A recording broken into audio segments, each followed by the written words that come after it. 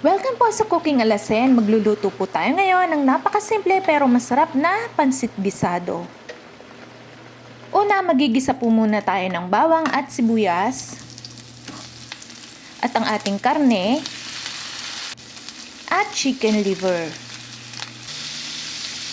Titimplahan ho natin ng soy sauce, oyster sauce at paminta.